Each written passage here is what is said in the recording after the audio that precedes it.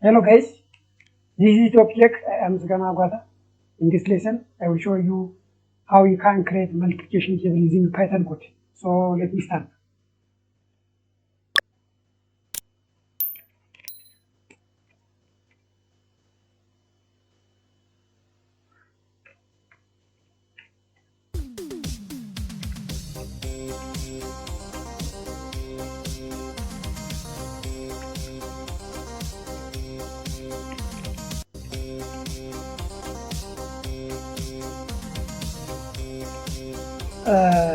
Let me say n is equals to example 12 equals to 12.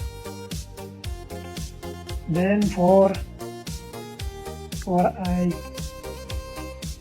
range for n range 1 up to example 1 up to, let's say 13. That means I have rates from 1 up to 12. It's very simple. Print n comma, here it is, times n times I comma equals to n times I.